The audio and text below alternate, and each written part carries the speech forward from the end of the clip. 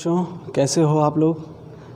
जैसा कि मैंने लास्ट वीडियो में आप लोगों को यूनिवर्सल लॉ ऑफ ग्रेविटेशन के बारे में बताया था और वहाँ से हम लोगों ने देखा था कि ग्रेविटेशनल फोर्स कैसे कैलकुलेट करते हैं, और उस ग्रेविटेशनल फोर्स के बारे में हम लोगों ने थोड़ा डिटेल में भी उसमें पढ़ा था कि अगर कोई भी दो ऑब्जेक्ट हैं या कोई भी दो बॉडी हैं जिनका डिफरेंट मासेस की दो बॉडीज़ हैं, उन दोनों बॉडीज़ को किसी एक डिस्टेंस में सेपरेट करके रख दिया जाए। तो जब हम डिस्टेंस से सेपरेट करके रखेंगे तो उस समय वो दोनों बॉडी एक दूसरे पर आपस में फोर्स एग्जर्ट करती हैं। इसी फोर्स को हम लोग नाम देते हैं ग्रेविटेशनल फोर्स। जैसे अर्थ होती है ना, अर्थ है, अर्थ पे हम लोग यानी पृथ्वी पर हम लोग खड़े हैं। ये क्यों खड़े हैं भाई? हम अगर जंप करें और जंप करने के बाद हम नीचे क्यों आते हैं? क्योंकि यहाँ पे ग्रेविटेशनल फोर्स लगता है। हमारे और अर्थ के बीच में एक ग्रेविटेशनल फोर्स लगता है। मैंने आपको पिछले वीडियो में बताया था, एक फार्मूला बताया था। जैसे मैंने आपको बताया था कि सपोज़ करिए हमारा अर्थ है, ये हमारी पृथ्वी है, इसका कुछ मास होगा, है ना, इसका कुछ मास होगा। सपोज़ करिए मास ऑफ अर्थ है, ये इसका सेंटर है, और ये कोई ऑब्जेक्ट है, ठीक, ये कोई ऑब्जेक्ट है, इसका मास स्मॉल m है, यानी मास ऑफ ऑब्जेक्ट mo कर दीजिए। तो और इनके बीच की जो दूरी है यानी डिस्टेंस बिटवीन देम है, ये क्या है? सपोज़ करिए यहाँ पे d लिख दिया, ठीक, d is the distance between them, ठीक। और ये डिस्टेंस याद रखिएगा कि दोनों डिस्टेंस सेंटर से ही मेज़र की जाती है, क्योंकि यहाँ पे ये सारे हमारे ऑब्जेक्ट जो हैं ये अर्थ के कंपैरिजन में पॉइंट ऑब्जेक्ट लगेंगे। भाई हम अर्थ के कंपैरिजन में हम छोटे हैं कि नहीं?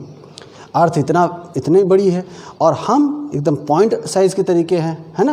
हमारा तो पॉइंट साइज़ लगभग, हमारा मास बहुत इन कंपैरिजन टू अर्थ हमारा मास बहुत कम है, यानी हमारा वेट भी कम होगा इस हिसाब से। तो हम लोगों ने इसको देखा था, तो इसमें फार्मूला जो पढ़ा था, यानी जो इसका ग्रेविटेशनल फोर्स निकला था, वो कितना आया था? F इज इक्वल टू, बताइए, capital G is gravitational constant and mass of earth into mass of object whole upon distance between them, यानी d का स्क्वायर, ठीक है। यानी जो हमने यूनिवर्सल लॉ ऑफ ग्रेविटेशन पढ़ा था उसमें क्या पढ़ा था? According to universal law of gravitation हमने क्या पढ़ा था? It states that the force active between two objects of different masses is directly proportional to the product of their masses and inversely proportional to the square of the distance between them।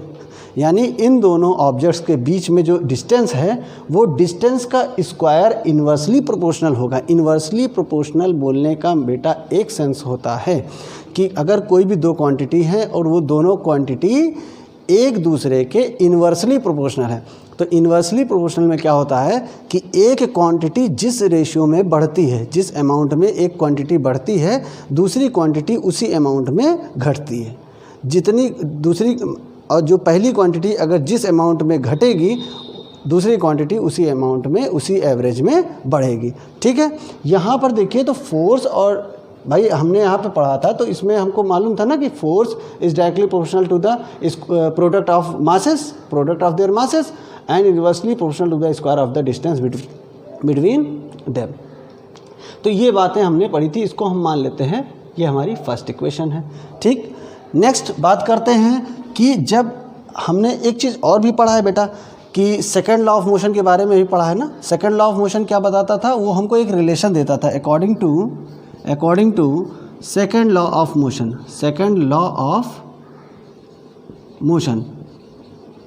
का second law हमको क्या बताता है? बताइए बेटा। F is equal to m into a, मतलब आपको मालूम है ना, force is equal to product of mass and acceleration. अब एक्सिलरेशन क्या चीज़ होता है भाई? सबको मालूम है कि rate of change in velocity is known as acceleration. अब ये हमको मिला था, लेकिन वहाँ चूँकि हमको अर्थ के बारे में पढ़ना है, तो अर्थ जो हमको एक्सिलरेशन प्रोड्यूस करवाता है, कोई जो ऑब्जेक्ट रखा हुआ है अर्थ में, अगर वो ऑब्जेक्ट फ्री फॉल कराया जाए तो उस ऑब्जेक्ट में जो एक्सिलरेशन प्रोड्यूस होगा वो उसी को हम लोग नाम देते हैं एक्सिलरेशन ड्यू टू ग्रेविटी।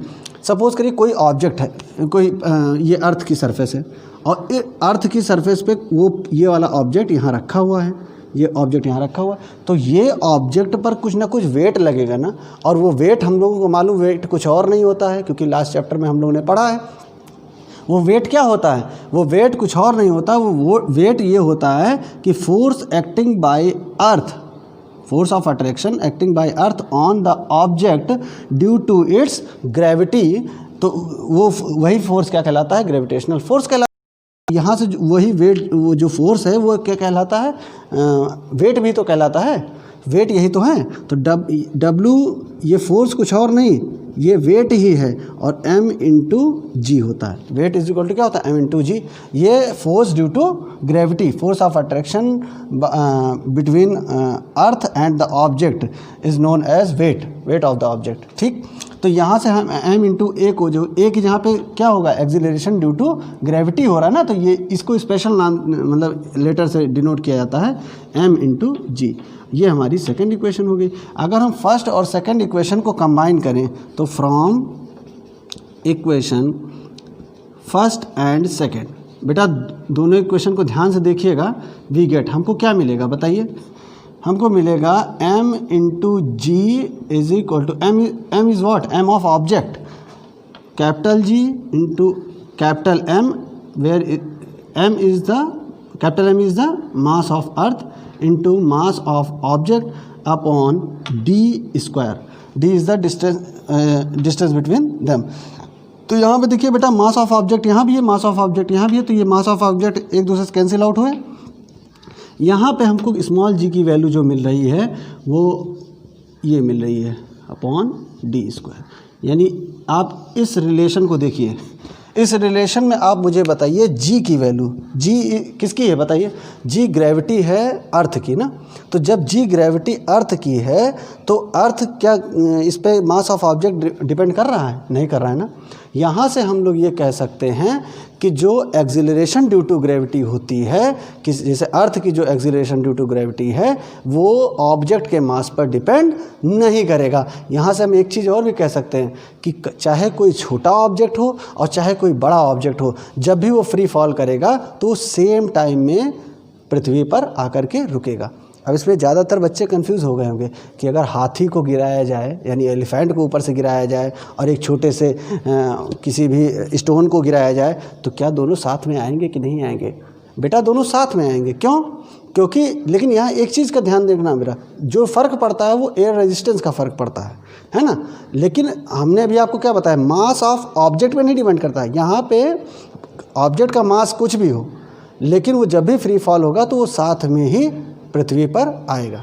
ठीक है, ये चीज़ें क्लियर है, क्योंकि यहाँ पर आप देख सकते हैं ग्रेविटी ऑब्जेक्ट के मास पर डिपेंड नहीं करती है। तो ये पॉइंट आपने समझ लिया ना। अगर हम कैलकुलेट करना चाहें, भाई कैसे हम कैलकुलेट करेंगे कि एक्सीलरेशन ड्यू टू ग्रेविटी की वैल्यू कैसे कैलकुलेट करेंगे, तो हमको मालूम है, देखो बेटा मास ऑफ अर्थ हमको मालूम है ना। मास ऑफ अर्थ कितना होता है, अर्थ का मास लगभग आप 5 पॉइंट समथिंग होता है, तो हम 6 मान लेते हैं, 6 इंटू 10⁻24 kg, इतना मास ऑफ अर्थ होता है। और मास ऑफ ऑब्जेक्ट कुछ भी मान लीजिए, तो ऑब्जेक्ट पे डिपेंड करना ही नहीं है, तो इसलिए हम ऑब्जेक्ट को देख ही नहीं रहे। हाँ, डिस्टेंस बिटवीन देम, अगर अर्थ और सपोज़ करिए ऑब्जेक्ट की बजाय हम इसको मान लेते हैं, यहाँ पे है नहीं चूँकि हमारे पास ऑब्जेक्ट, तो डिस्टेंस बिटवीन देम अगर हम बात करें तो यहाँ पे किसी भी ऑब्जेक्ट को हम लोग रखेंगे तो वो ऑब्जेक्ट के बीच की दूरी होनी चाहिए। तो अभी एग्जैक्ट डिस्टेंस तो हम लोग नहीं बता सकते, क्योंकि हम लोग मान लीजिए 1 रख देते हैं, 2 भी रख देते हैं, कुछ भी 1 मीटर पे 2 मीटर पे कहीं भी रख सकते हैं। लेकिन मास ऑफ अर्थ इतना होगा। अगर हम मून की बात करें तो मून के भी मास, मून की अपनी अलग ग्रेविटी होगी, अर्थ की अपनी अलग ग्रेविटी होगी, तो ये मास ऑफ अर्थ है। तो ये लगभग ग्रेविटी जो हमारी आएगी बेटा, जी की वैल्यू जो हमारी लगभग आएगी वो 9.8 मीटर पर सेकेंड स्क्वायर। आप इसको नोट कर लीजिएगा, ये हमारी एक्सीलरेशन ड्यू टू ग्रेविटी होगी, आपको बुक में भी मेंशन हो जाएगी। इसके बाद हम लोग बात करेंगे, चूँकि अब ये एक्सीलरेशन ड्यू टू ग्रेविटी है, इस पर आप अपने बुक के क्वेश्चंस को भी सॉल्व कर सकते हैं। आपके बुक में एग्जाम्पल एक दिया हुआ है, उस एग्जाम्पल में आपका ये जो एग्जाम्पल है उस एग्जाम्पल में ये बताया गया है कि मास ऑफ अर्थ आपको दिया है, मास ऑफ मून दिया है, और distance between earth and moon दिया हुआ है। अब आपको इन दोनों के बीच में लग रहे ग्रेविटेशनल फोर्स को आप फाइंड कर सकते हैं, नहीं कर सकते? कर सकते हैं, वेरी इजी।